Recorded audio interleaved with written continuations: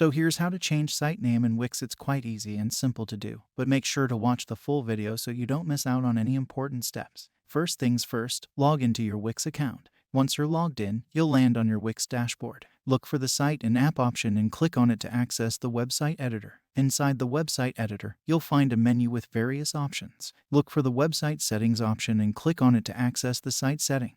In the site settings, you'll see the current site name at the top. To change it, simply click on the site name, and a text box will appear. Now, type in the new name you want for your site. Take your time to think of a name that accurately represents your website or business. Once you've entered the new site name, click outside the text box or press enter on your keyboard to save the changes. Congratulations! You've successfully changed the site name on your Wix website. Before you finish, don't forget to save your changes and publish your site to make the new name live. And there you have it. You've learned how to easily change the site name in your Wix website. Now you can update your site name whenever you want to reflect any changes in your branding or website focus.